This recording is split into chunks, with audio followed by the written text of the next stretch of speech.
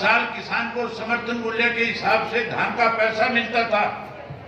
लेकिन जब से इस प्रदेश के अंदर भारतीय जनता पार्टी की सरकार बनी, सरकार बनने के बाद जहां समर्थन मूल्य से पैसा बढ़ करके मिलना चाहिए था, जिस भाजपा ने वायदा किया था कि हम स्वामी राथन की रिपोर्ट को लागू करेंगे, जिस भारतीय जनता पार्टी ने देश के किसानों से कहा था कि आपकी फसल की लागत मूल्य से 50% आपको ज्यादा देंगे, उसी भारतीय जनता पार्टी की सरकार ने धान की खेती करने वाले किसान को 250 से 300 रुपया नमी के नाम पे उसका काट करके कम दे करके उसके साथ लूट मचाने का काम किया। सबसे पहला घोटाला धान का हुआ और धान के बाद दूसरा जो घोटाला हुआ वो गेहूं को लेकर के सरकार ने घोटाला करने का काम किया। अब की बार जब आप मंडी में गेहूं बेचने जा रहे थे, सबसे पहले किसान का और आढ़ती का आपसी संबंध खराब हो, इसके लिए सरकार की तरफ से इस लॉकडाउन के अंदर फैसला लिया गया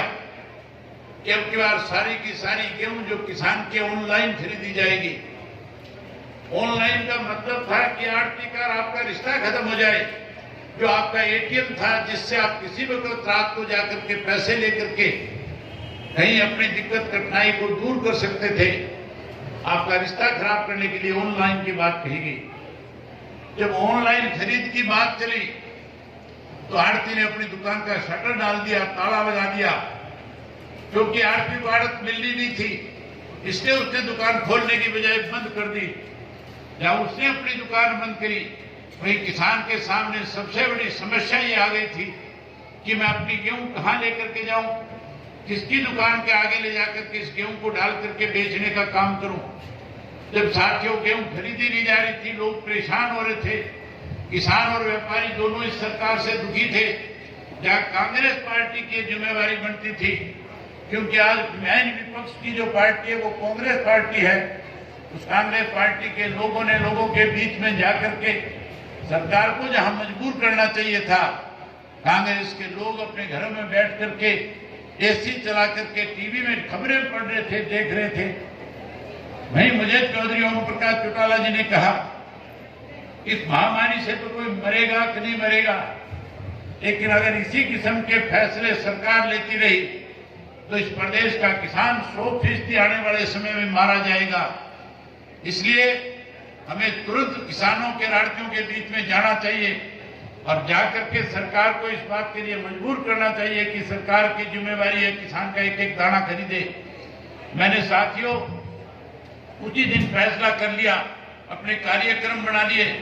डबवाली से लेकर के जींद तक की 16 मंडियों में जब मैं गया तो सरकार ने रातों रात अपना फैसला बदल करके कह दिया कि हम व्यापारी के माध्यम से तो नहीं खरीदेंगे, लेकिन व्यापारी को 2.5% उसकी आड़त देकर के व्यापारी की दुकान के आगे से गेहूं खरीदने का काम करेंगे। अगर मैं ना जाता तो ना व्यापारी को आड़त मिलनी थी और ना ही किसान की गेहूं सरकार खरीदने का काम कर रही थी। सरकार किसान को परेशान कर रही थी। जहां साथियों किसान को परेशान करने के लिए सरकार में बैठे लोगों ने जो 17,000 करोड़ रुपया केंद्र की सरकार की तरफ से गेहूं के लिए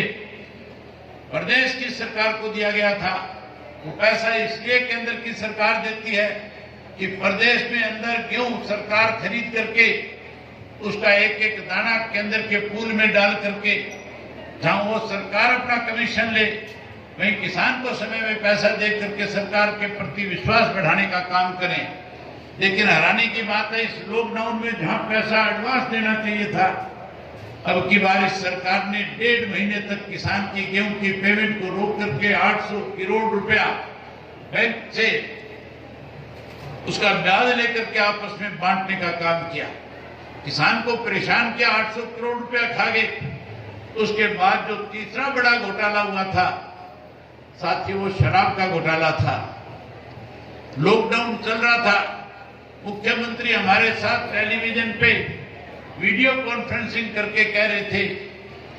कि सरकार के सामने रेवेन्यू की दिक्कत है, हम चाहते हैं शराब के ठेके खुल जाए।